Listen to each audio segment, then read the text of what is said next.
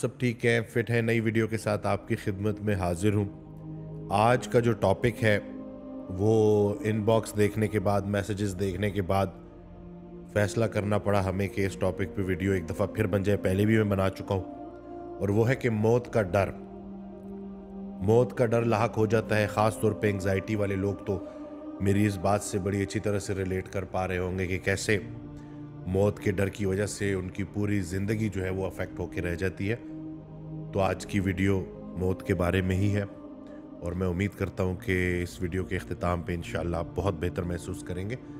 रसूलुल्लाह सल्लल्लाहु अलैहि वसल्लम की एक बड़ी प्यारी हदीस है जिसका मफहूम है कि मौत को कसरत से याद करो। यहाँ यही बात समझाई जा रही है कि एक दिन हर इंसान ने मौत का जायका चखना है, और वो उसका एक वक्त मुकर्रर है और उसको कसरत से याद करना है। ये बात समझने के लिए कि बार बार मर मर के ना मरना पड़े। ये नहीं कि इंसान बार बार सोचता रहे कि मैं अभी मरूंगा अभी मरूंगा। तो कसरत से अपनी उस मौत को याद करो कि एक दिन हमने वापस अपने अल्लाह के पास जाना है, और जिसने ज़िंदगी दी है, जिस अल्लाह ने, वो ज़िंदगी वापस लेने का हक भी रखता है, और उसने सांसें भी गिन के दी हैं, और एक वक्त मुकर्रर है, उससे पहले मौत नहीं आ सकती।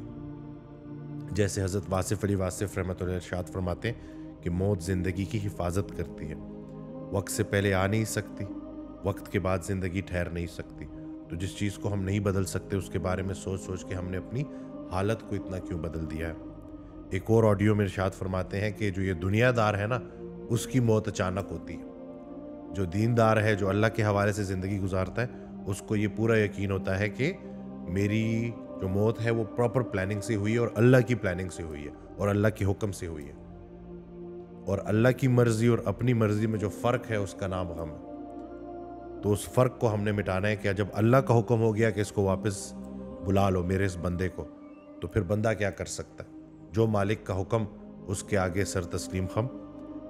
और एक और बात जो समझने वाली है कि अक्सर लोग मौत को इतना अपने सर पे चढ़ा लेते हैं कि वो कहीं मायूस होना शुरू हो जाते हैं। तो ये बात आपने समझनी है कि ज़िंदगी का शुक्र अदा करना है और मौत का इंतज़ार करना है। जिस इंसान को पता है कि कुछ अरसे बाद उसने अपने अल्लाह के पास चले जाना है, तो उसको ये रियलाइजेशन भी होगी कि जाने से पहले कुछ काम तो करने हैं ना।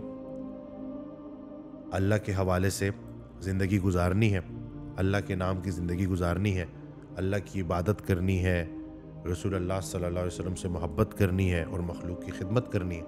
तो जो इंसान अपनी मौत को याद रखता है और उसको पता है कि उसका यहाँ का जो स्टे है वो आर्जी है और कुछ अरसे बाद उसने चले जाना है, लेकिन उसने अपने साथ अपने अमाल लेके जाने हैं, तो वो मसरूफ़ अमल हो जाता है।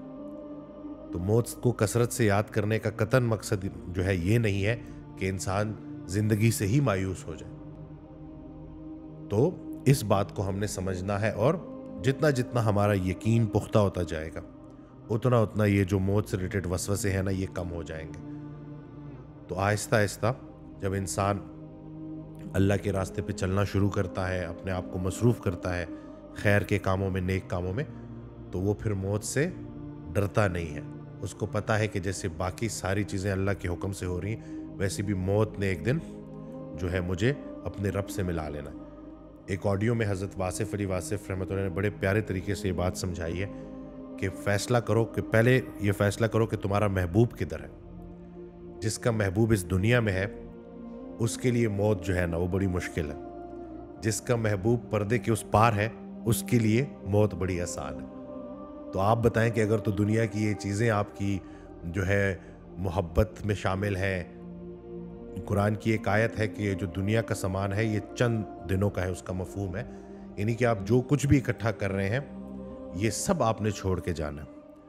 तो इन चीज़ों में अपने, अगर आपने दिल को इन्वॉल्व कर लिया और दिल में दुनिया की मोहब्बत आबाद कर ली, तो मौत फिर बड़ी मुश्किल हो जाएगी। लेकिन अगर एक मुसाफिर की तरह ज़िंदगी गुजारी और दोस्ती आपकी किसी मुसाफिर से ही हो गई, मुकीम से ना हुई, तो मुसाफिर की जो दोस्ती है वो सफ़र को खुशगवार कर देती है, और वो मुसाफिर अब दूसरे मुसाफिर को ये यकीन दिलाता रहता है, याद कराता रहता है कि एक दिन सब ने ये सफ़र मुकम्मल करके अल्लाह तक पहुंचना है, तो उसके लिए फिर चीज़ें मुश्किल नहीं होती।